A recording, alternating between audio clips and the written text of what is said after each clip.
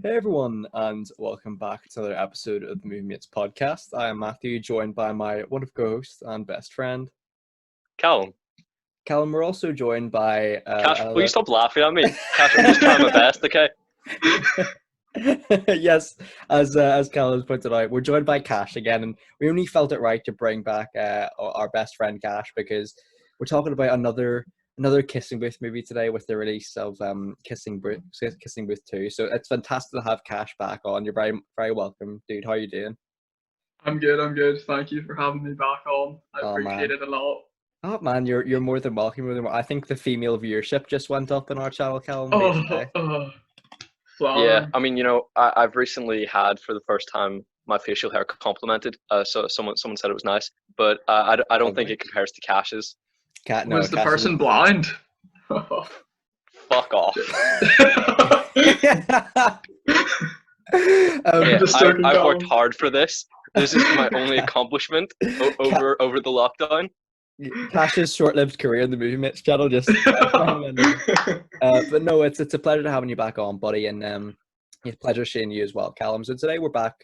Well, actually, I'll let Callum explain what movie we're going to talk about today because I think it's going to be a good one. After you, man. Well, last week we recorded an episode which we released on Thursday evening, which was the review of the first Kissing Booth movie from, I believe, 2018 or 2009. No, it was 2019, I believe. And we agreed quite unanimously that it was a big piece of shit.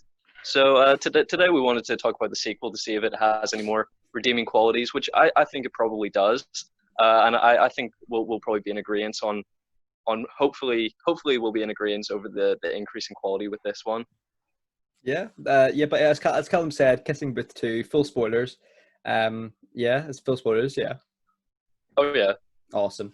But yeah, just before we kick off, thank you to everyone who supported our videos recently. Please be sure to like, comment, subscribe, all that good stuff. And yeah, awesome. So I'm really excited to to talk about this one. So I'll just ask in general. I'll open the floor to any opening thoughts. Did you like it, guys? Did you just like it, or at least did you just like it more than the first one? Well, Matthew was let's just say incredibly late to the podcast today. Yes, So I know. me and I Cash, was. how do we chat? How do we chat off pod? And sort of, Cash, do you want to share the thoughts that you said to me? Yeah, it felt very long. Like I was like half an hour in. It felt like it'd been like 3 days or something. It was just a Yeah, bit too yeah. much. But I No. will say it is more of like a real movie than the last one. It's almost funny. It's almost cringy. Which is kind of a bad thing because I was bored. But it is a real movie this time, you know. So Yeah, painfully long, but not painfully awkward this time. yeah, This is going to be a first movie channel where I absolutely think the opposite of the guest and the co-host. I absolutely hated this. Well, no, what? I'm not saying that I didn't hate it, but I'm saying technically as quality of a movie, like quality wise, do you think it's an improvement on the original? I don't, honestly, I don't. What? What? No, I have nothing good to say. Like, oh my god, I feel bad reading it like this, but I just, even from a filmmaking perspective, I think, I don't know, man. Oh god, I really I hated this one. I think they did like a better job at actually making like they built character depth, which Oh, is good. yeah, I suppose so. And then they kind of made like the whole like really awful like love square, if we'll call it, instead of the love triangle. And like they tried to make it a bit like, ooh, what's Yeah, gonna it's a good happen, point, Cash. But Yeah. it's just not very funny. It's so like the characters are very unfunny. It's kind of painful sometimes. Yeah, and Matthew, obviously, before you joined, I was talking to Cash about to all the boys I've loved before, and Yeah, and I know that you haven't seen either of those films, but this sequel to this film is it's very apparent that it's a blatant rip off of to all the boys. oh P.S. really? I still love you. I know you haven't seen it, obviously, Matthew, but that's also sort of love square scenario where Sure. Lara Jean is presented with like a second love interest, and then she still goes back to the love interest of the first film. So it's exceptionally similar, but at least in that film it made sense because her boyfriend was acting like a dickhead, whereas Noah has done literally nothing to deserve this. Yeah, it's yeah, it's so true, man. It's so true. And just just one thing I thought that was actually very funny in the podcast, in the movie, was that these bastards, they started a podcast. Yeah, I no, was about to exactly. say that. No, because like whenever she said like, oh, and we've picked up a few subscribers, I was thinking like, oh, what is it, like 14? Because she mentions it on her college application, which both of us did. Yeah, yeah, that's But, what like, got us in many ways. like Matthew, can I like drag you for this? Go ahead. Yeah, yeah, go Because for it. like to quote Matthew's Oh, it's embarrassing. It's university embarrassing. application, that we have, I believe, was it an impressive following when we had 14 subscribers? The quote was decent following and very positive feedback. Or No, something. decent follow. No, it was something like exceptional. Like I think it was exceptional. Did Matthew do the way, like, you remember the movie where she goes 39 and he goes 39,000? Was it the reverse? Matthew went, Yeah, we just 39,000. 14,000. Yeah. Yeah. But no, that was during the infancy of the podcast, wasn't it, man? That was a Yeah, while that was ago. a few months in. You know, we'd hit 14 and we were proud, and you were like, time to add it to the uni application. Yeah, Wait, I does that not lapped that mean? up, you know? Sorry, this is a bit of movie mates, obviously lower, but does that not mean you guys get in like what 80 subscribers in like a year? Oh, it was, yeah, in less than a year, yeah. Wow, I was leaps and bounds. Because I mean, like we were applying for universities in like September, so I mean we had like 14 subscribers, like, yeah, like 9 months ago or something. Yeah, because by the time on NCS, I remember you said like 80 or something, or maybe it was like 50. Actually, I don't remember. It was, yeah. Am I wrong? Am I wrong, Matthew? Am I wrong? No, I think I yeah. am. I may be exaggerating from memory, but like I know it was 14 at a certain point at least. Well, it would have had to have It's funny been. you mentioned, like, I have screenshots of us, like, we sent to each other, like, we got an extra subscriber, so like Like, oh my God, 14. I mean, to be fair, we still do that now because I mean we're still in the Yeah. infancy of the channel. You know, it's Yeah, on sure. 112 right now. Yeah. So I mean, you know, I think it's still fair to be at that stage. Obviously, Yeah. if we were on like, you know, half a mil, you wouldn't be like, oh my God, half a mil and one. And one, yeah. Yes. Yeah. Now we've really made it. Absolutely, Carl, absolutely. But no, yeah, like in this movie, you know, Lee and Elle, they start a podcast, and to be fair, I think they have something like 37 or 39 subscribers. I can't remember what they talk about. It's definitely It's not gaming. gaming. Yeah, it's gaming. Podcast. Yeah. I want to know what that. Did they ever name that podcast? I want to know what it's called.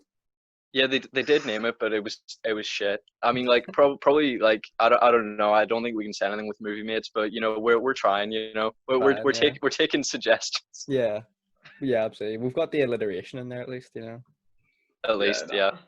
And there is an inherent awkwardness in this film because the two leads of the film, Joey King and Justin, and what the fuck's his name?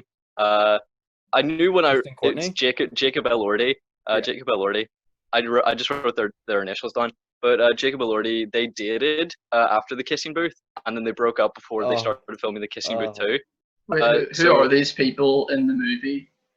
Like, Elle and Noah, they dated in real life, and then they broke up. So that's why like any interaction they have in this film is somewhat awkward.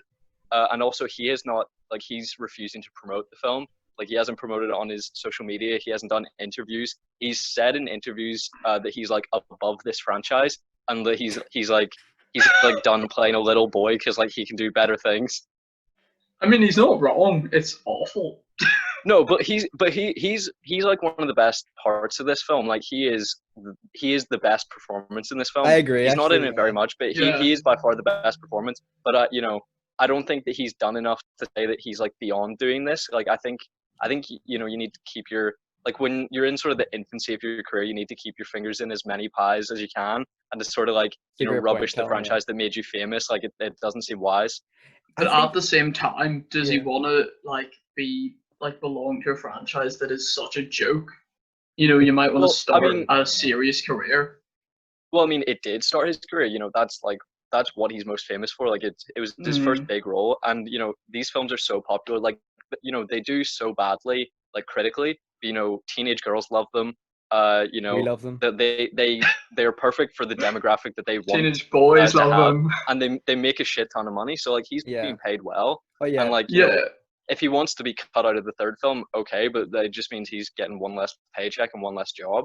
But I that's think the that's thing. I fantastic. think Yeah, he that's wants a an actual real acting career. Like it's more like money or like fulfillment, and I think he actually wants to be a real actor. Because no offense, I could play like I think he had like what 3 facial expressions the whole time. That's it. And you know what it is on the subject of the character of Noah.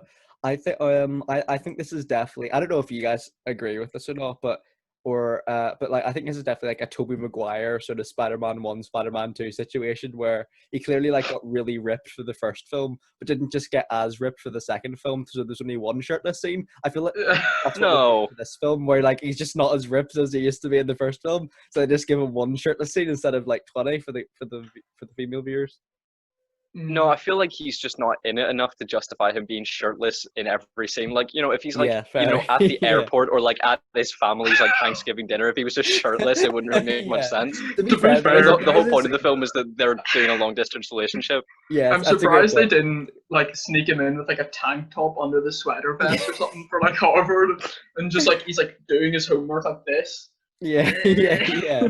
Like there is But a I mean, scene- like, he is like there is one scene of him at Harvard, like on like a FaceTime with Elle, where he's shirtless in a towel, and and like all his sweating. friends are like, and he's sweating, and all his like friends are crowded around him, like slapping him and hugging him. Like, this is odd.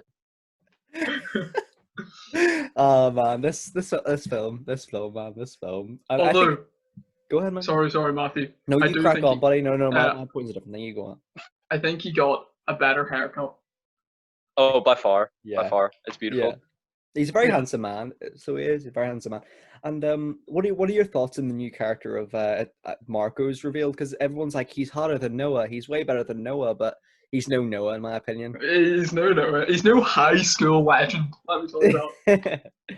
I actually Yeah, think he's like, decent in the film, though. To be fair, the actor's okay. yeah, no, the actor's great. I think it's a nice character. He too is ripped. But yeah, no, I don't think he doesn't have the charisma of Noah or the misogyny. So he's a bit duller. Yeah. I also There's nothing like spicy. Yeah. maybe this is just like my eyes are like broken, but do you not think he literally looks like a tan version of Noah He does look very with similar. like shorter Not hair? for me. Yeah, he's Really? very similar. Yeah. I was like, like, is that how they just pick characters? Just like one like facial thing, and then just like everyone. Yeah, looks they just like mold that. it for everyone. Yeah. Yeah. But I would say, if we're speaking about the character of Noah, I think that Noah in this film thankfully feels like a completely different character, and I think that this new version of Noah deserves so much better than Elle. Yeah. Such a great I point, agree. man. So good. I agree completely. And yeah, we sort of hinted at this in the first film, but like I think we sort of mutually agreed or sort of somewhat made the point that like the lead protagonists aren't exactly likable in the sense that they're both quite. I don't know what the word for it is, but in this film we see that it's predominantly Elle in this film. I would say that you probably agree is like stirs up the most shit and stuff, but no, like she's not as compelling in this film, I don't think, to be honest. I mean, I would say it's 100% Elle. I think that Noah in this film is a saint. Oh yeah, he's just trying to have a girl best friend. Like, you would think that Elle would be like the expert on, platonic male-female friendships, but she just can't envisage that for Noah, and he has to literally like explicitly spell it out for her, like, I want a relationship like you have with Lee, and like, she opens the movie like calling herself like, she's like, oh, I've really matured, but I guess that just comes with being a senior. And I was like, one, you're not self-aware enough to realize that like Lee wants to spend time with his girlfriend without you third wheeling, and two, you can't realize that your boyfriend can have female friends that aren't you. Such a good point, irritates me so much, the whole like Elle third wheeling. I like Matthew, you said it last time about like how you felt really bad for Rachel, and like obviously. Yeah. But like this time, it's so much worse. It's so much worse. Absolutely, Cash. Absolutely. Like, just off the back, like the movie just continuously like shits on the Rachel character, and because she is really nice, she's really sweet to stuff, and like it's. I think the film I don't know if the film has intentionally done this, but I sort of got the opinion that the film was trying to say that Elle was in the right. But I don't know. I hope not, because like Rachel is the only character in this film that in this film that I like. Because Lee is like a liar and a backstabber. Elle is like the least mature person I've ever seen and cheats on her boyfriend.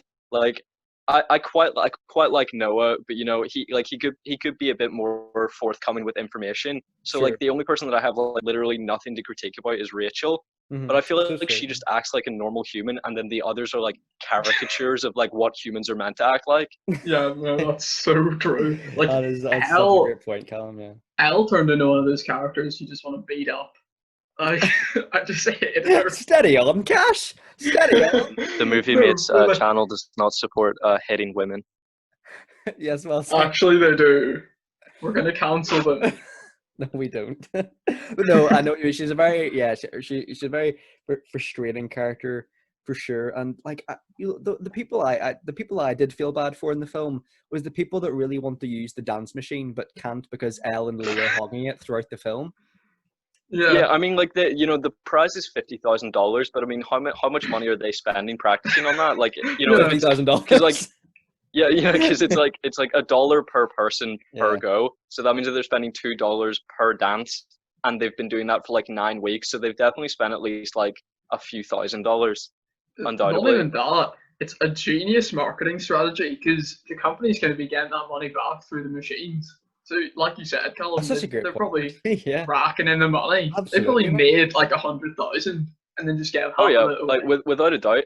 And that dance competition is so much higher stakes than I thought it would be. Like I thought it was going to be at like a community center or something, but then like they're doing it like you know like it as though it's like a Lady Gaga concert or something. Like you know there's like fire and smoke billowing everywhere. yeah, I Like know. it was a much higher scale than I anticipated. Uh, Likewise, likewise. for like until the competition, I didn't realize that the like dance competition was going to be on one of those dance machines, and I was like, why are they practicing on the machine? They're You so know, weird and and Cash, dumb. Cash, there are very good reasons for like why you would have thought that because it makes no sense. Let's be honest. So this entire dance competition is you know based on like skill, accuracy, talent, you know originality, but it's a freestyle contest. So like how's the step accuracy a factor in that? Because if it's a freestyle dance routine, how can you measure like step accuracy? And like it doesn't measure like synchronicity because like you know they're intentionally not synchronized because like the male is leading the dance. So what what is the point of it? Like you know they say that they need the choreography and the step accuracy. How can they measure the step accuracy on a freestyle dance? I don't understand. That's a great point. It's a great point. Yeah, and it's sort of yeah, exactly like because it's a freestyle dance, like and but it's weird, yeah, because the like the dance partners are like you know that they're allowed to pick their song, but a lot of these songs, like you'd imagine, aren't in the system to play on the dance machine. Exactly. Like how, you know how have they like pre-programmed their freestyle dance and you know they like make it up on the fly and say like oh yeah let's have a bit more fun with it and then Marco does like you know like a front flip onto the machine. You know that's obviously not been pre-programmed. So how do they win this dance contest? I don't understand. Well, I don't know about you, Colin, but whenever I go to the ice bowl, I just see kids doing front flips on the dance machine all All the the time. time, Like, Yeah, all the piece of time. piss, maybe man. it's just you. I don't know. Yeah, yeah. No, yeah. I mean, it was just it was a disaster actually. You know, I think the dance routine Oh. honestly it wasn't great, was it? Yeah, and plus, if you're gonna, you know, concede that you're gonna kiss another man whilst also in a boyfriend, definitely don't do it in public, or rather in front of a huge audience where he's there. Yeah, You know, I I feel know. like she could have played off the cheating as like just in it to like get the money. Like I feel like if she had said to Noah, "Oh, it was Mm, like it was just a ploy because we knew that would let us win." Like she could have you know tricked him and lied to him, you know, just to make her character a little worse. But she could have she there would have been less conflict. Absolutely yeah, not. and also Noah would have seen it on TV anyway. It's not like it was just like, oh, I Yeah, there was like didn't an know you were in Instagram the live crowd. stream. Yeah, so just a bit of a loophole. Yeah, I mean, we will talk about like through the narrative of the film, like just how much we hate Elle, because let's be honest, you know, it's disastrous. But you know, one critique of Noah is that he sort of you know rings up and says, you know, to her school that it's her dad, and he complains about her lack of contact like with him. But then we like see the text chains between them, and like he never initiates conversation. Like it's just no message, and then Yeah, like and then like see you later, no message from him, take care. Like, Yeah. I don't He's understand deleting the like text, how this obviously. back Yeah, and forth is exactly. even taking place. Yeah, like Noah decides that because Elle isn't texting him back, he rings the school.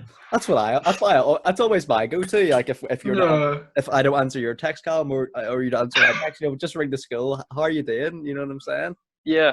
I mean, yeah, what I should have done tonight instead of WhatsApping you to be like, oh, like why is he late? I really should have just rung your grandparents, whose phone number I have, and said, like, where the fuck is Matthew? Just Yeah. ring your principal and he'll sort Matthew out. Like, there you go.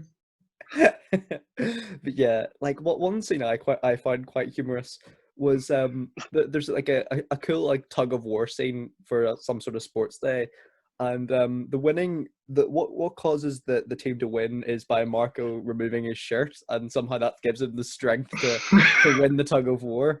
No, I think it's more that the ladies were like distracted by his beauty that then like in the moment of distraction they pulled them in. Sure. Oh, I thought it was more like, like a superhero like activating his ability, like So did I. up down on the joystick.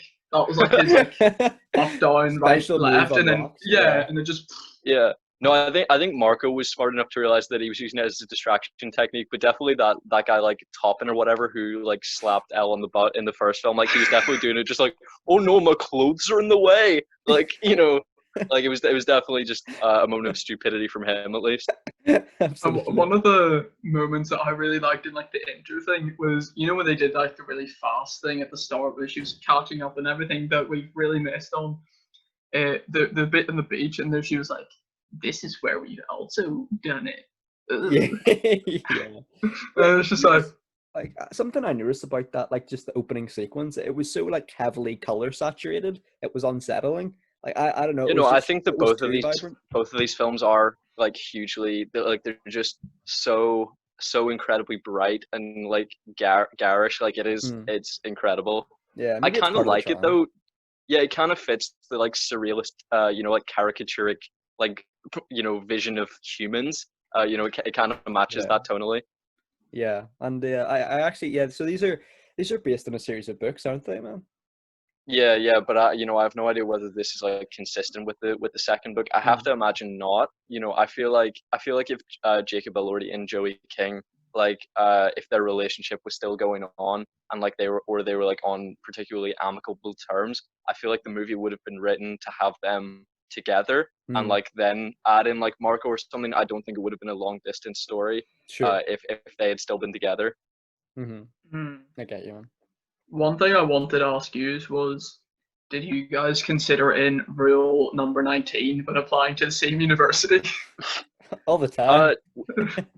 Well, I mean, that's what I was going to bring up, because this whole film is obviously about applying to university, and they mentioned the fact that there are 30 universities in Boston when there are literally 2 in our entire country, which I just find ridiculous. That's crazy, man. So That's it crazy. wasn't that much of a struggle. Like we both did you apply to both of the universities, Matthew?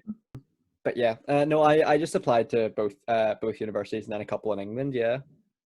Yeah, I had only applied to these 2 ones, so I mean, pretty much, it was guaranteed that me and Matthew were probably going to go to the same university, or certainly be in a very close proximity.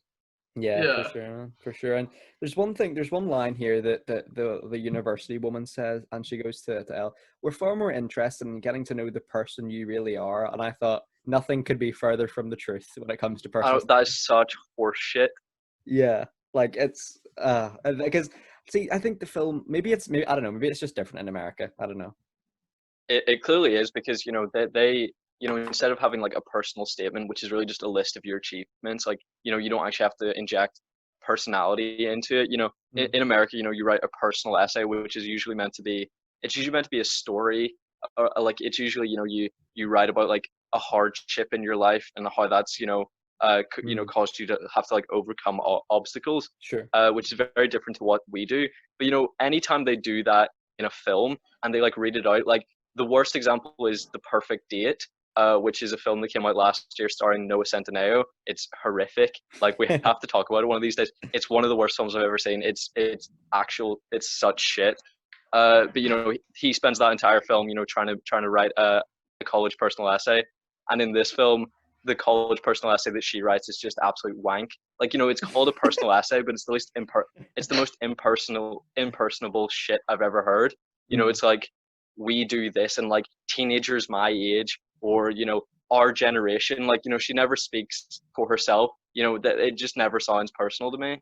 Yeah, if that was here, if she wrote a personal statement like that, she'd be in clearing, and she would. Well, yeah, 'cause well, I mean, she does end up on like the wait list for all her things. But I mean, she doesn't seem like a good student, but somehow she like gets accepted into Harvard and Berkeley, which are like two Ivy League schools. Like, she would have absolutely no chance if like that's the personal essay you submit. Like, it doesn't mention one achievement, or, you know, like, she doesn't even mention the dance competition. She's just like, yeah, I wish I embodied my best friend's laughter. Like, you would be laughed out of the admissions. Yeah. Like, yeah, like you sort of in a similar line to what you were saying there, Callum, buddy. Like, it sort of feels like the film was trying to wrap every plot line up in a nice little bow, and it doesn't have any like stakes or consequences. Like, you know, of course they win the competition. Of course Elle and Noah are happy. Of course, you know, Lee and Rachel are happy. Of course she gets accepted into Harvard and Berkeley. Like, it seems like too good to be true. And I guess, and I know it's not supposed to be a really like sort of realistic world. It's more like a fiction, and it's sort of like hyperbolized in that sense, which, you know, that's fantastic. But I don't know, it just seemed too good to be true for me, to be honest with you. And, you know, surprisingly, for a movie about kissing booths, there is a surprisingly lack of kissing booths. That's something happy. I wanted to say. Like, I didn't like. I thought they were just gonna call it Kissing Booth 2, but I didn't think they were actually just gonna be like, yeah, see, we couldn't think of any better ideas, so we're just gonna slap the same idea we did last year and just do it again. Yeah, and like, absolutely. I was like shocked when they were just like, yeah, just do it again. Yeah, just do it again, part 2. Yeah, but like, watching the trailer, I think me and Matthew were concerned that this was going to be the same film. And admittedly, like, it is a very different film. Obviously, still having a kissing booth in it, you know, makes it similar in some aspects. But I do think it is remarkably different from the first film, which was a big surprise for me. Absolutely, yeah, same. Absolutely. But I am so confused as to whether we're meant to like Elle. You know, obviously she's the protagonist of the film, and we talk about this a lot, and we've talked about it already. And I mean, I'm gonna ask this question a lot, just because there's so many examples. Like, you know, I would write a statement and be like, okay, that's probably gonna be the worst thing she does in this film. Oh no, she's done something worse. Oh no, she's done something worse. Yeah. But, you know, it is really bad. You know, when, you know, she's obviously meant to be the protagonist of the film, and we're meant to be finding her like cute and admirable and, you know, endearing, and she just goes on this like gross tirade about how much she wants to fuck Marco, like, in front of the entire school for like 4 minutes whilst watching like illegally captured like sexual creepy footage of him undressed doing a workout in the gym. Who's recorded like that? Yeah, I'm sorry, like, you know, if you take like it was the yearbook guy. He's not even in this, is he? He's not. No, but I mean, if you record footage of someone like undressed, like, you've committed a crime, like, you're a voyeur, like, and then to spread that across the entire school, and then for her to watch it and be like, I'd like me some of that. Like, I don't know how we're meant to like be in support of this character. That was another thing that I saw in common. It was like, the school, they love cheering. It was like something weird would happen. It seems like the best school. Whoa! Yeah, it seems like everyone's so happy for each other. And this is going to sound really weird. Like, you know, the character of Vivian, I always thought she was the receptionist at the school. So it really creeped me out when she was at the kissing booth. Oh, yeah, because, yeah, you know, yeah, because I have to imagine she's older than most of the cast, but obviously she's English, so she kind of stands out already. And we're kind of like, oh, you know, she seems different to the other students. So, and obviously she's the head of the like student body, like, board that, you know, accepts like all the pitches. But I feel like if she did work for the school, she wouldn't be like, yeah, kissing booth, yeah, let's sexualize these teens. Yeah, so I was glad that, you know, that wasn't a revelation that she was a staff member. Absolutely. You know, obviously in the UK we have you know, student loans where we take out we take out a certain amount of money, and then we like slowly pay it back you know, with you know, with our paycheck over the next, like, you know, decades or whatever.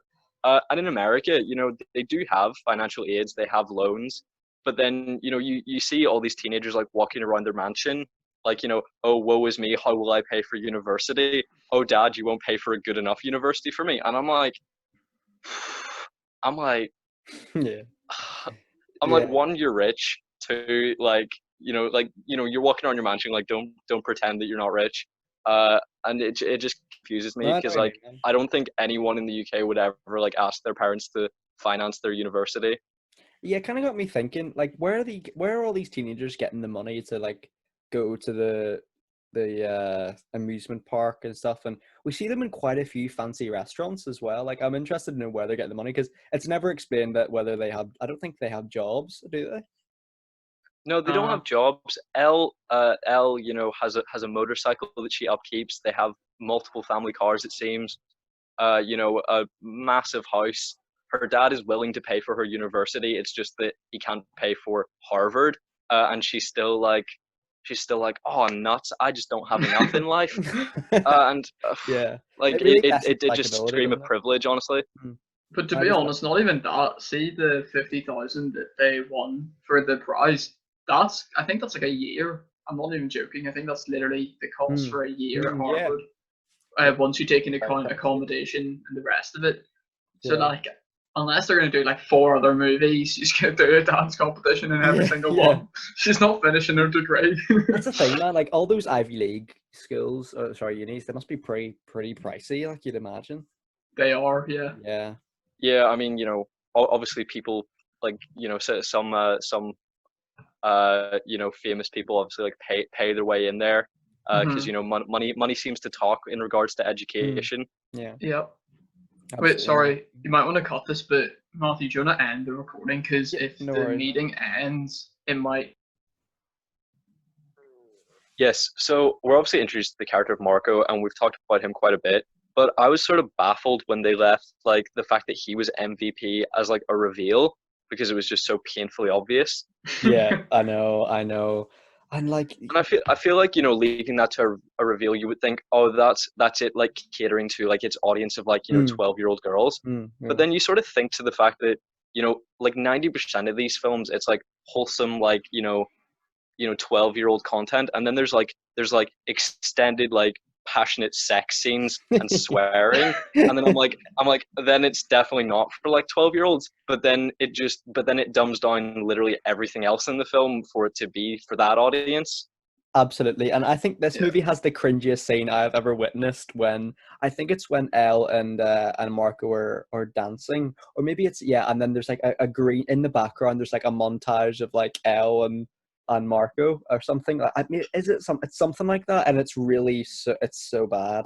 It's Is horrific. it is it like the 5-minute montage where like they're both off like committing like romantic infidelity, and Yes, like that's it. Yeah, Elle's yeah. just having a wee like sexy montage with Marco, and then like I mean obviously like we would have had the emotional intelligence to recognize that that Noah just wants a best friend in Chloe, but the film wants you to think that he's like cheating on Elle when Elle is just straight up cheating on Noah, and then we're just meant to like see those equally and think, oh, they did the same thing, so it's fine, but Yeah. obviously not. Yeah. The Chloe character actually seems quite likable, to be honest. For the amount of time she's in, she seems very charismatic. Yeah, I feel Yeah. like she did have a bit of romantic interest in Noah, but she obviously was kind enough to, even though she was clearly the better romantic candidate, because she actually seems like a nice person, who treats Noah with respect. Obviously she was the better option for him, but even she was nice enough to let Elle have him. Yeah, it's a I great think point. even with that, it's just she's the only like mature character Yeah, he's really that good. like understands maybe just don't cheat on people. Yeah, it's a Um, great point, Cash. It's a great point. Like he sort of seems like the character who sort of developed the most since the first film, certainly. Definitely. That's one thing that, to be fair, as much as I hate the movie, they did do good with like actually expanding on character Oh yeah, depth definitely. and Hmm. just like telling you more about it. Because I feel like in the last one, it was just those really awkward like text like exchanges between characters, and Yeah, then filled in with like the cringy lines. But like on this one, they actually had real conversation, which was still Yeah, dotted with Elle's awkwardness, to be honest. yeah. Not all of them improved, but all of them developed. Like Elle became like Elle developed as a character, but she became worse, and then uh Lee pretty much stayed the same, but then everyone else seemed to improve from the first film. Like I'm sort of getting the vibe that you guys dislike Elle the most, but for me, Yeah. I actually dislike the lead character the most. Really? Yeah, Well, I mean, Actually, I can get what you mean, because it does kind of annoy me the fact that it doesn't feel like he faces brutal enough consequences for what he's done. absolutely. Like, obviously he kind he of does a lot of understands at the end, but it he doesn't does, seem like yeah. immediate enough. I don't think he's as like, I don't think he's as like morally condemnable as Elle is, but he just does a lot of like what I would say is like just stupid things, just stupid shit. Yeah, that he does. he does a lot of like weaseling out of important stuff. Like, you know, he should have had like a mature conversation with Elle and a mature conversation with Rachel, and obviously recognized that, you know, if he wants to put Rachel as an important figure in his life, then he should allow Elle to like move to university to be with Noah. Like, he should have the emotional intelligence to recognize that if Rachel's important to him, Noah's going to be important to Elle. Mhm. You know, Sure. so in those two regards, yeah.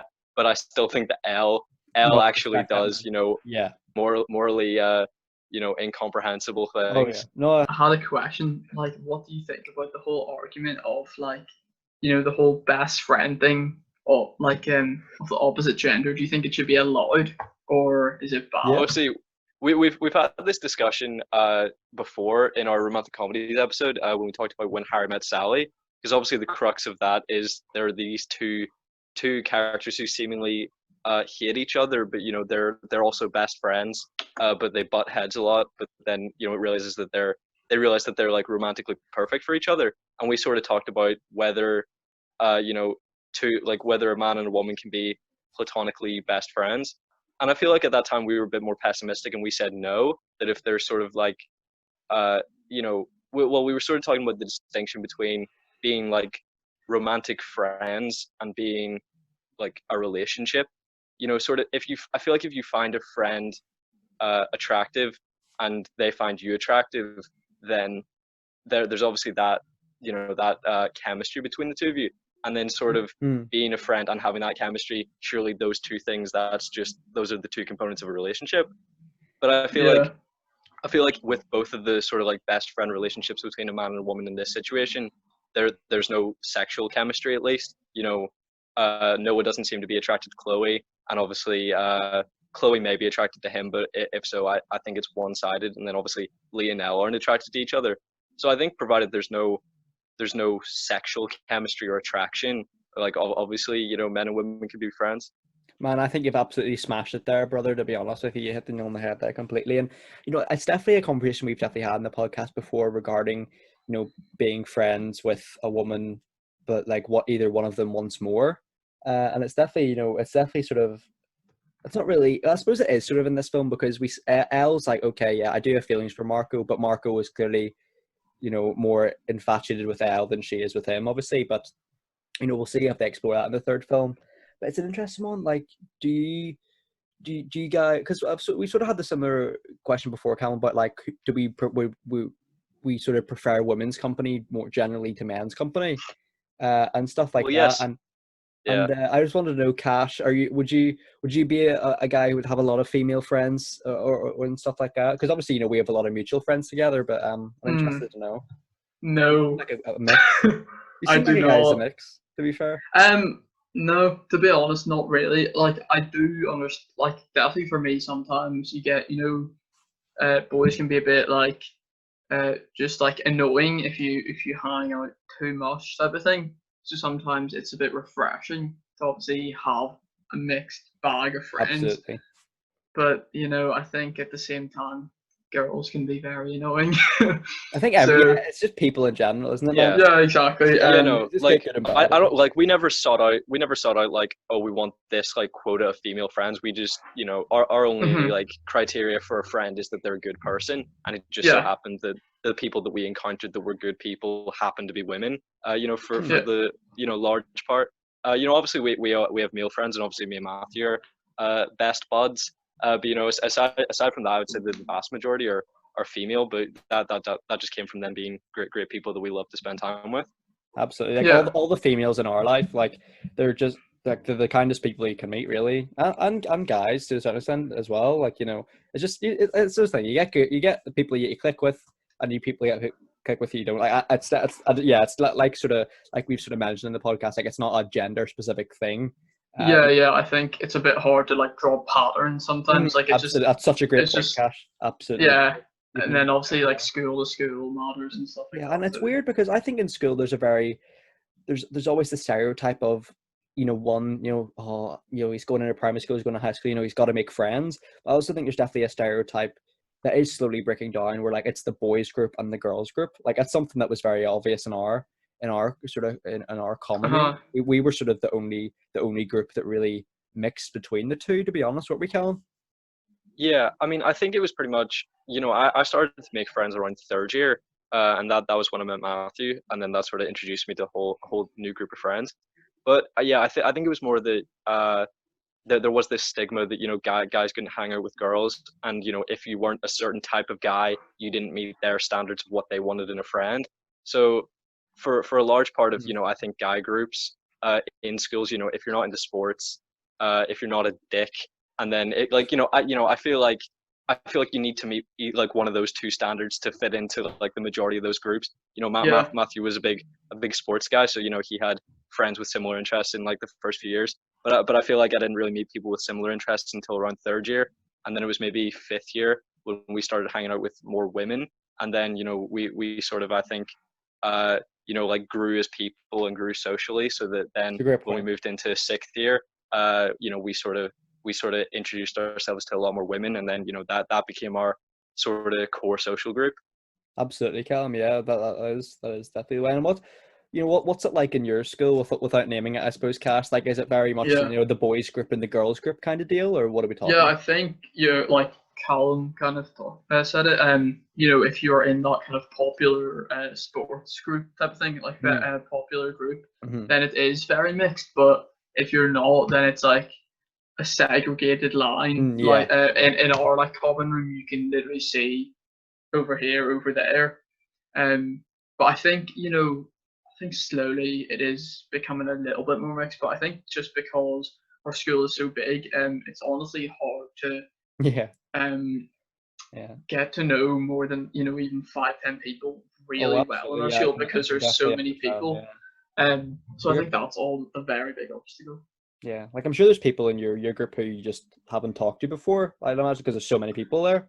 There's people in my year group who I see and I refuse to believe they're in my year group. Yeah, but imagine like I Yeah, I think. mean, ours is like nowhere near as big as Cash's, and I would say there's maybe 3-4 people that whenever I used to see them in school, I was convinced I don't like I don't know their name. I'm convinced I've never Yeah, spoken to them in my life. sure, Yeah, sure. Yeah, yeah. I know what you mean, man. I know what you mean. yeah, And sort of to move away from that, but still talk about a sort of social concept. I like a good alcoholic beverage. Hmm. I believe you do, Cash, even though we haven't really done much partying together. yeah. We've been to a party together. We've been on a night out. But Matthew, I've never encountered with a drink. But this film sort of made me ponder the fact that how shit would it be to like go to university and have drinking be illegal. Yeah, I mean that's 21, why isn't they have it? their frat parties or whatever. Yeah, it's 21, but like, if you want to drink there, it's either you're using a fake ID, so that's illegal, or you're like sneaking around at a party. Hmm. So you can't actually do any like public drinking just with the trust that like your face works as like age evidence. They're always going to be so suspicious of you. And like that's just Yeah, not sort of the attitude I would want to, have going into uni. Yeah, like just I, just before hmm. sorry, Cash, go ahead, man. No, go ahead. I was literally saying nothing. Like just before I like fell asleep before the podcast, like I was watching the In-Betweeners, and the scene where Jay goes up to the bar and he has his fake ID, Yeah. and the bartender's Yeah. like, this is an Australian driver's license. He's like, yep, it bloody is, mate. Yeah. It's a really funny scene. Like I love Matthew, that. I can't believe you've watched such filth. Like it's probably one of the most like Yeah. It's filthy, inappropriate yeah. comedies I've ever seen. Obviously I love it, because That's great. that's That's great. Same, well, I same. mean it. Like I really enjoyed the humor. It is very juvenile. Looking back on it, for like an 18, the jokes I feel like are targeted towards sort of like sex crazed like 14-year-olds, Oh yeah, which is 100%. it's a bit weird. Yeah, yeah, absolutely. I don't know if it'll hold up in 10 years. I'm not sure it will, but I think it's undeniable. Like how, like it was massive back in the day. It still is to some extent, but it was huge, It's wasn't a it? classic in It my is a opinion, classic. Yeah. and I think the inside jokes on it are just unbelievable. Like, you know what I Oh, mean? it's so Like, good. as Yeah. a nation, the inside joke is just amazing, and I think it's like a British classic. It is a if I British do classic. say Yeah, so I mean, myself. 100%. like in the future, if I were to ever shit myself, I would hope that someone around me would get the reference if I put my hand up and go, Phil. Matthew hasn't seen that season yet. Matthew will get that reference once he's finished season 3. Absolutely. Yeah. So we've talked a lot about reasons that we don't like Elle.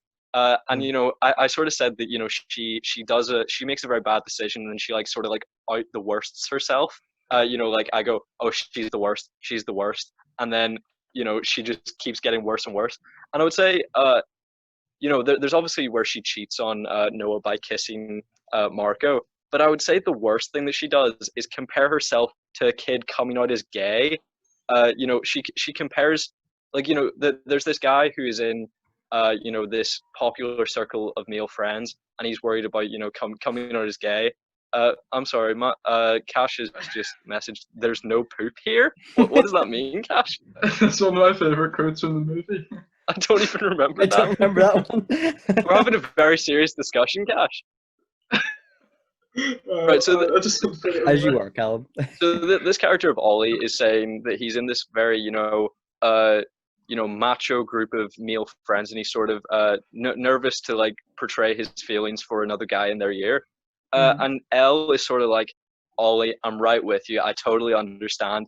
I really know what it's like, being with someone who others don't think it's right. So she's comparing herself going out with someone of like a higher high school status to like coming out as gay.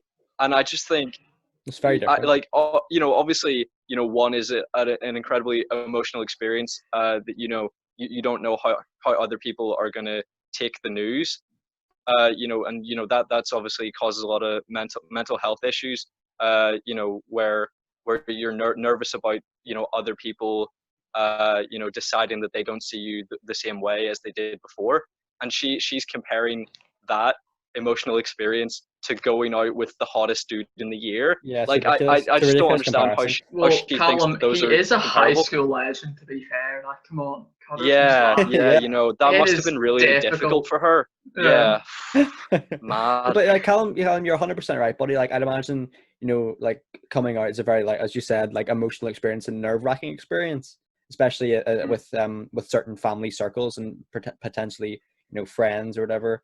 But like I definitely think like it was a very false comparison for Elle to make. Yeah, Yeah. I find it embarrassing on her behalf that she thought that was in any way similar. Yeah, I know. And what one thing that really did baffle me about Elle is that her real name is Rochelle. Yeah, did you not What? know that from the first I film? did not know that.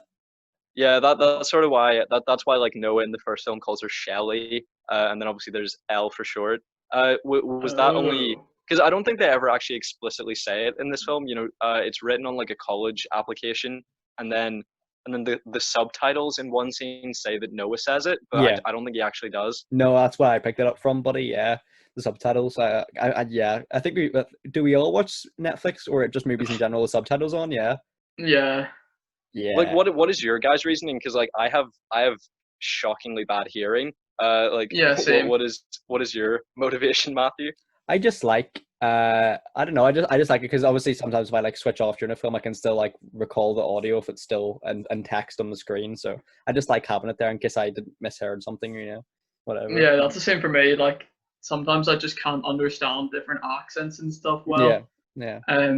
So it's just a bit helpful. And sometimes I just can't be bothered even watching the movie. I just read a book basically with the subtitles. I love Yeah. it. Love it. Yeah, I mean, yeah, I do pay very little attention to films like this. I was on my phone. Oh, well, actually, this was a different experience. Usually I'm on my phone like doing something else, like checking Instagram or Snapchat or something whilst watching a film. But at least this was to make notes on this piece of art. That's definitely one word for it, man. Piece of art. Love it. And like, really, it should just be called like Toxic Relationships, the movie, because Oh yeah. just Yeah. everyone is, like these are toxic friendships where they have like, who has rules to a friendship that you have to like strictly adhere to, and then if you don't, you have like a friendship breakup. Like that's incredibly Callum, toxic. rule number You know, 21, and then don't mention that we have rules. Don't mention it. oh yes, sorry. And then and then there's Elle and Noah, where she's like emotionally manipulated him into believing that cheating is okay, whilst he's just trying to have like a best female friend.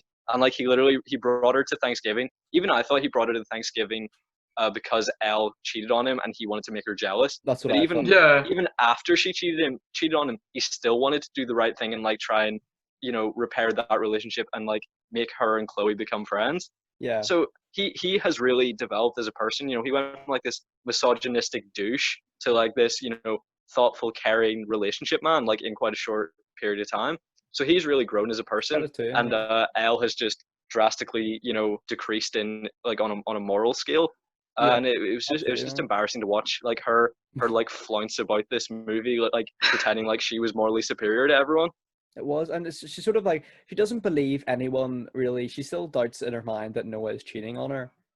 But yeah, when she arrives at I don't know why she's arrived at the airport without asking him where he was first. But anyway, she goes to the airport.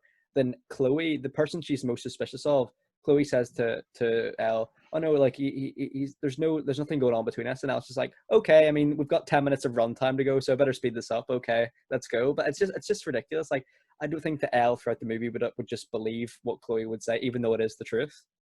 Yeah, exactly. If you've been so convinced for months that your boyfriend's been cheating on you, the person you think he's cheating with isn't going to be the one that's going to be able to convince you with no evidence. Exactly, man. Exactly. And I feel like this movie, it is like in many ways, it's like an extended music video to like a teen rom-com, because I feel like the movie used all of its budget on music rights rather than on good actors, to be honest with you. Oh, I yeah. really do. Like, they're not bad. Don't get me wrong. Like Joey King, like she's good and stuff. But If that's Elle, she is not a good actor. I think she's Sucks. okay. I think she's okay. No. She's No. Like What do you think, that's sort of why people were like chatting shit about like Jacob Elordi, because like he had announced that he was like above this film, that he was like better than it, but like Joey King's actually the one that's had like success outside of this.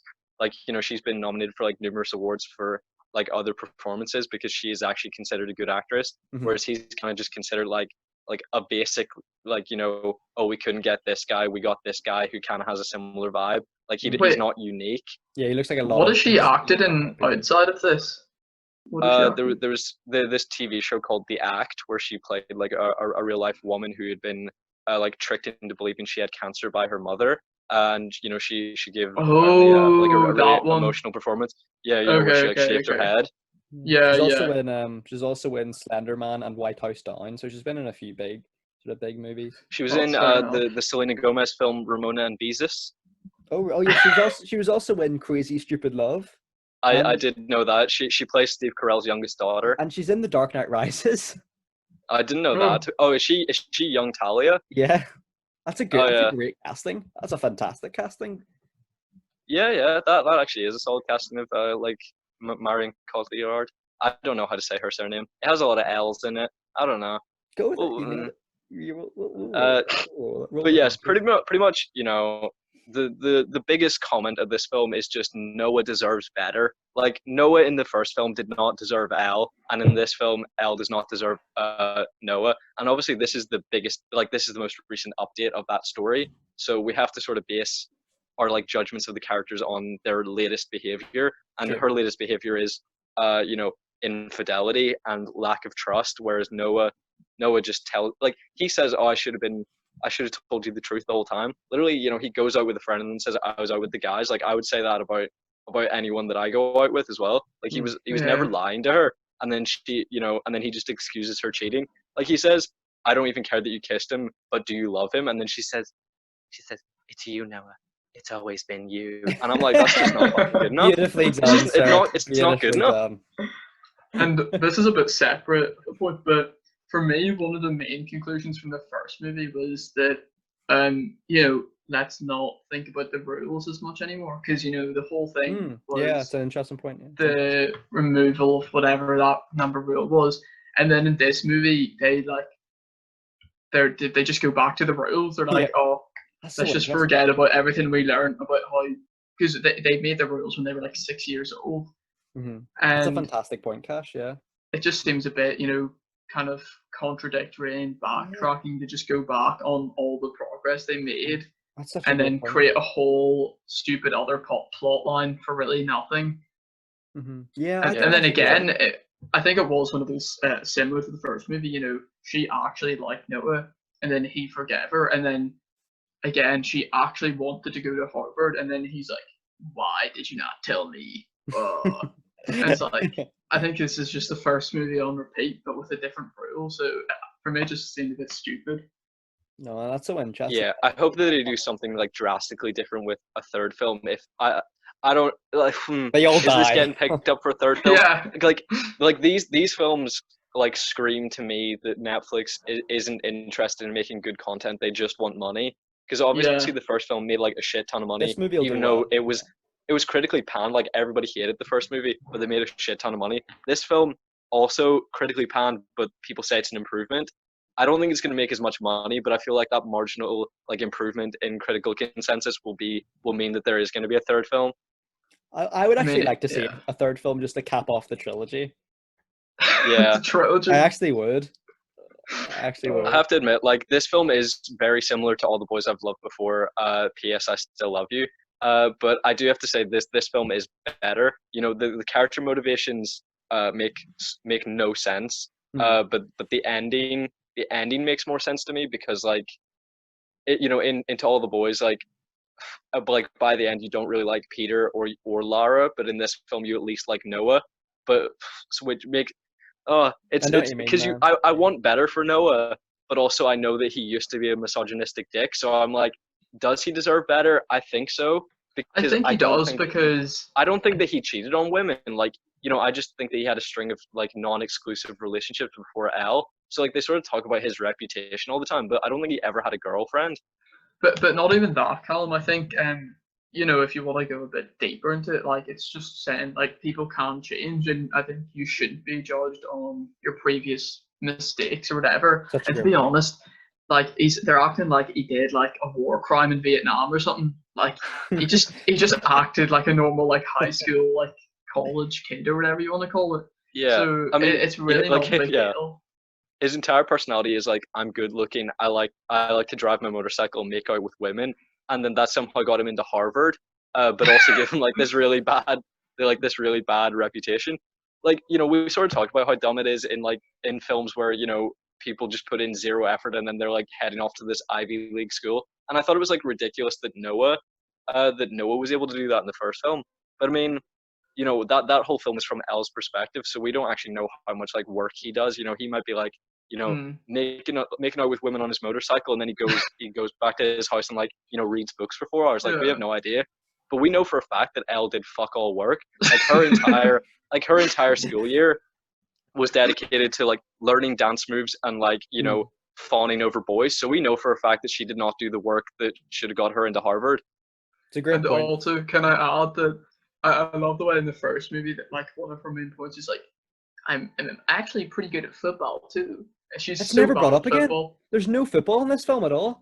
But like the one football scene they do, it's like her like toe poking a ball outside of the goalpost, and you're like, what is this? How is this getting you into college? Like it's such a strange one, man, because you should, like we've said, we've spoken about how contradictory the film is, but also like Lee and Noah's mom, you know, she actually seems like she tends to side with Elle more than she does her own children.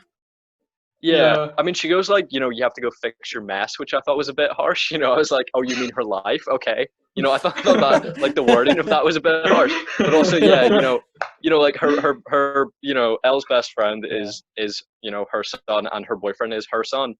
You know, and yeah, she does seem to always like go to Elle with like this wise advice when she could just talk to her sons. Yeah. Yeah. Because I mean, like you know, like pretty much every conversation she has with Elle, she's like, "Oh yeah, you've got to forgive Lee. You've got to forgive, you know, like you've got to forgive Noah." And usually, you know, it is Elle that has to forgive Lee because Lee's usually the one being an asshole. But like in this film, you know, it seems like she's asking Elle to like forgive Noah's behavior when he's been like a completely upstanding guy. You know, so yeah, I definitely agree with you. I think the mom is well out of order. Sorry, bad. I just yawned. But no, yeah, I agree with you, man. 100%, 100%.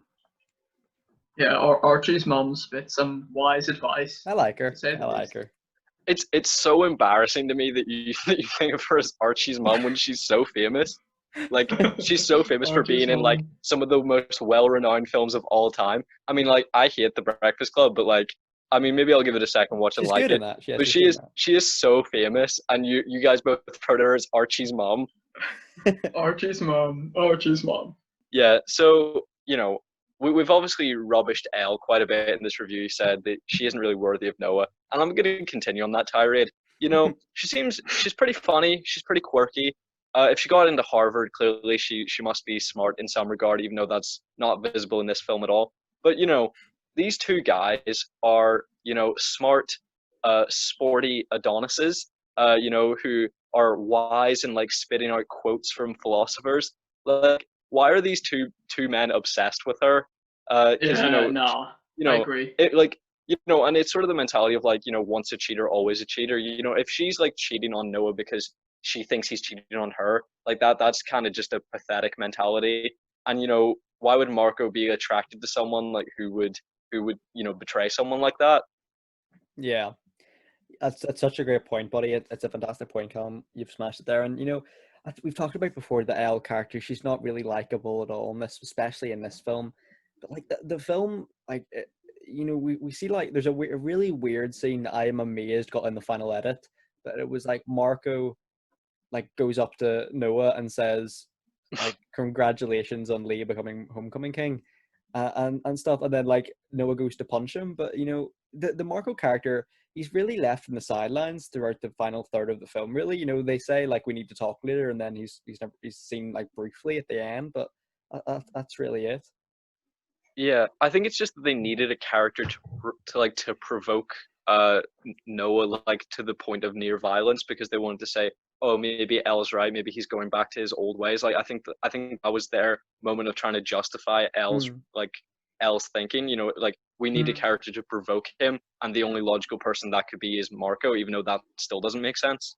Yeah, no, it's a fantastic point, buddy. Yeah, for sure.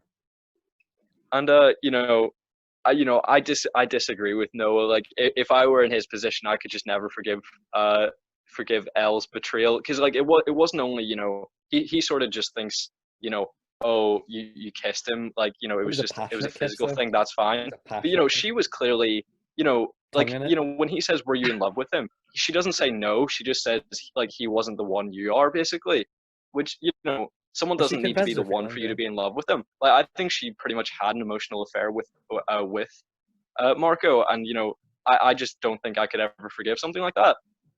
Yeah, to be fair, on the flip side of that, I don't like excuse Elle's behavior, but I do understand like where that comes from, because obviously like the high school legend himself has taken himself across country, and like obviously like they showed it pretty self-explanatory in the movie, like Chloe's like a model or whatever, so you could understand where that kind of insecurity comes from, and obviously takes over her, doesn't make her look very good. Good point. Yeah. It doesn't excuse the behavior, obviously. Yeah.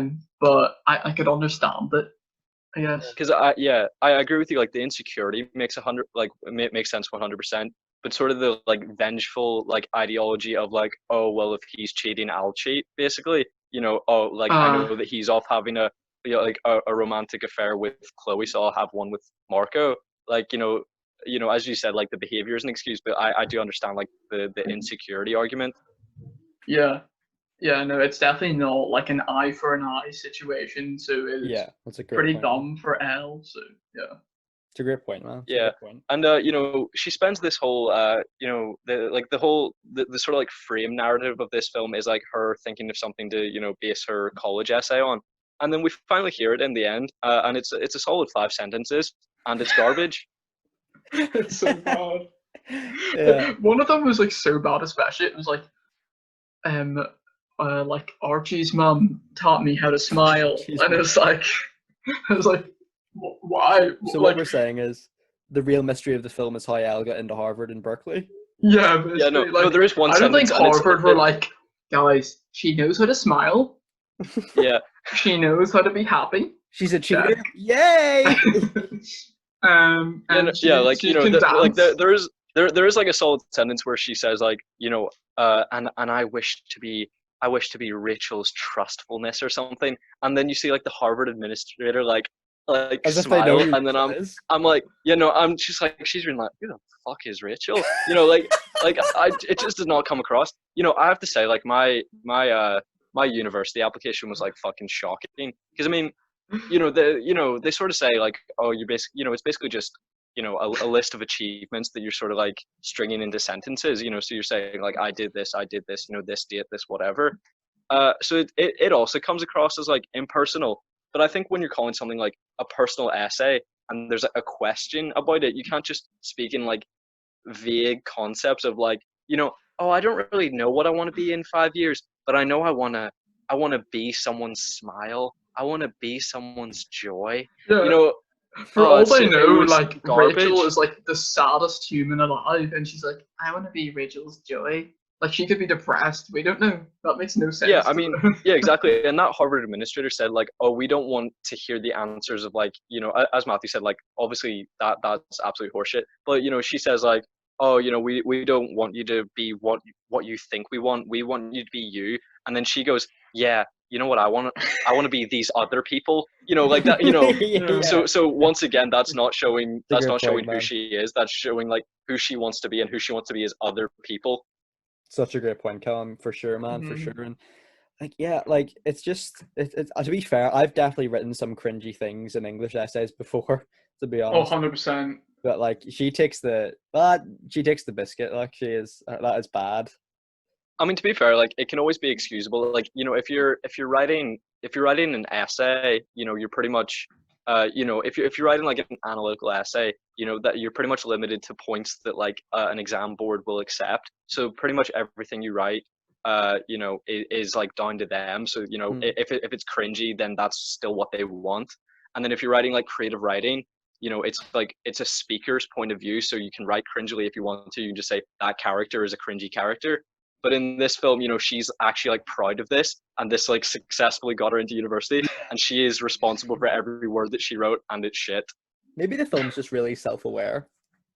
Yeah. See, yeah. that's what I thought about the first film. I was like, no one could make this film and think this is a good film. Like clearly these characters are meant to be like awful caricatures of what like a terrible teenager is, in that they're like incredibly selfish. They think that they're like, 17-year-old romance is like like the romantic epic of the century, because you're so like self-absorbed. Like, some teenagers are so like self-absorbed and like in their little bubble of what their world is. They don't think that anything exists outside like what's important to them. And I thought maybe the first film was exploring that, which is why I could forgive it and sort of enjoy it to a certain degree. But I think this film thinks it's making like high art. Yeah. I hope not. I kind of like got to that moment like halfway through. I was like, there's no way like actual human beings are like writing the script, and then like other human beings are like saying like this is Approving good, it. Yeah. and then making it into like $1 million like movie. Yeah, it's a sort of Yeah, it must just be like really made by committee, like people throwing out ideas of like what teenage girls are interested in. They're like, guys with motorcycles going to university, and then they just like compile that into a script, and then they apply words to it that they think humans hypothetically could speak. It just comes across painfully. Yeah, like we sort of mentioned in the first one, it's like a series of aliens acting how they think humans act. Yeah. Pink, dancing machine, ice cream, guitar. Yeah, which is why I'm so confused that like it's a film made for 6-year-olds that has like sex scenes and swearing. Like they just really they just did not realize like what movie they wanted to make. Like they wanted to try to like, I think that was their attempt like to to get every single demographic of like audience interested, but then you alienate everyone. Yeah, I think in the next movie they're gonna add like a nursing home in, try to get those over 60-year-olds in. Kissing booth. Well, I mean, an over 60-year-old woman can still appreciate the high school legend that is Jacob Elordi. Yeah. Well, they're gonna do like the denture booth or something. The denture booth. Yeah, and they're at the Netflix place. Oh man, that'll be great. That'll be great. did you guys have anything further from this film? Nothing from me. Anything from you, Cash? It's just a pretty bland film. Like my last thing I've written down is just the yearbook guy's missing. It is. Pretty He's upset. missed. Yeah. He's missed. Yeah. I mean, we could say he died or something, but we should have like, yeah, there should have been a moment, where he just embarrasses people, because I mean, would you say that there are as many like embarrassing moments for the high school students in this film for him to photograph? No, but like that's the thing. It's like less cringy, but it's more like it's like in the last one there was like little chunks of cringiness, right? And this one they've like ground up the chunks and just spread it over the whole movie. Yeah, that's a great analogy. And Actually. Yeah. And it's just like the whole thing is just like kind of off-putting, but you don't know what it is because there's no like awful quotes. One bit that I did think was awful was during the kissing booth. You know the way everyone was doing their wee like dance and all, Yeah. and then one girl just goes, "You aren't bad." And that's it. Yeah. Yeah, what made me really uncomfortable about that scene is that Elle, knows that Ollie is gay and that he has feelings for, a guy in their year, but she seems perfectly comfortable, like, forcing him to pretend to be straight and kiss all these women, and like she's like clapping and smiling, Yeah. and I'm like, that's going to be so damaging to his mental health if you like force him to like adhere to like your societal expectations. Like she sort of like pretends to like have this position as like a gay ally where she's like having this conversation with him where she's falsely comparing her relationship with Noah to his current state, and it's just embarrassing watching Elle try to behave like a human, that she's trying to be accepting of everyone, but then she's like putting him into this position where he has to not be himself. That's actually such a good point because like great, yeah. she could have easily just been like, yeah, maybe just don't do the kissing booth if you're a bit like confused.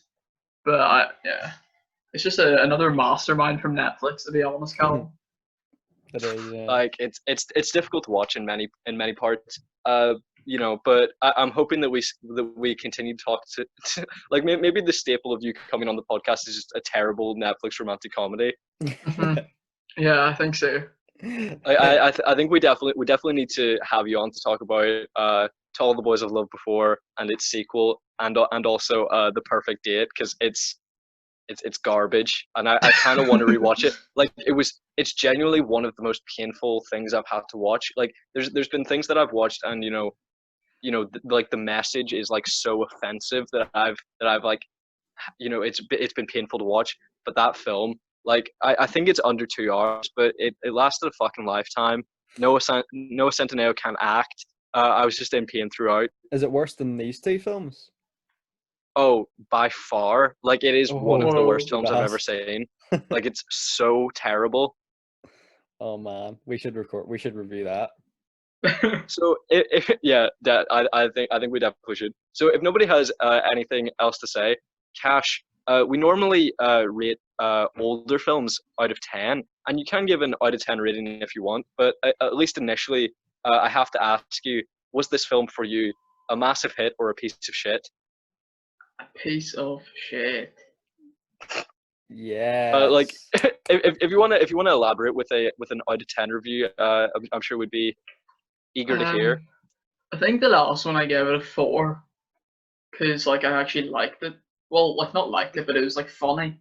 But this one has to be a 3 because although it was like a real like movie this time, it was just boring. And no matter how real a movie is, if it's boring, then it's just not a good movie, is it?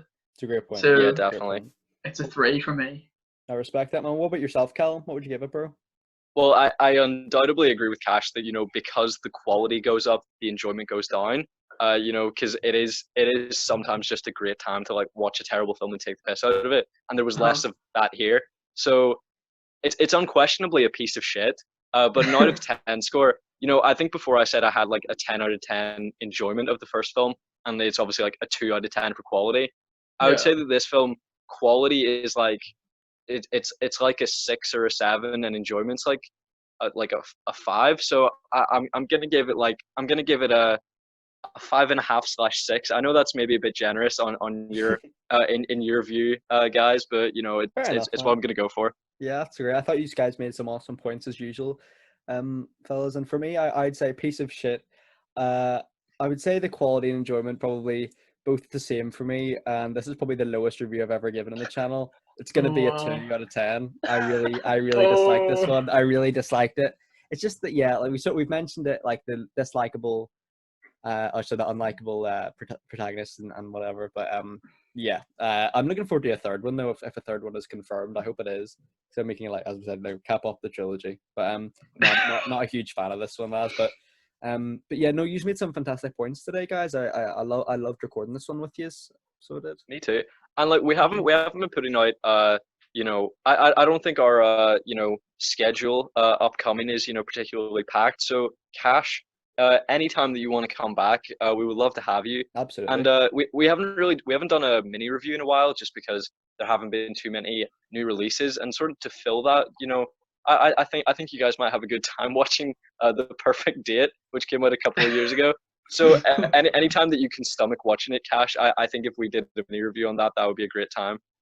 Yeah, maybe I'll try stomach it next week. I think I've had my limit for Definitely this had week. your fill for the Yeah, foreseeable yeah. future. Yeah, I respect that, man. I Exactly. respect that. But yeah, I suppose Callum, did you want to let the viewers know what movies we're going to be talking about on our next podcast? Yes. So, you know, as you guys know, we have been trying to, you know, truck through some absolute classics of the film industry. So, you know, we've talked about the Indiana Jones films, Star Wars, Back to the Future. So, you know, we're continuing that trend. You know, soon we hope to do like the Rocky films, the Godfather films. But our next upcoming series, which will be in 3 parts, is going to be Planet of the Apes. So we're going to be starting with the I believe it's Charlton Heston films. You know, so we'll be talking about Planet of the Apes.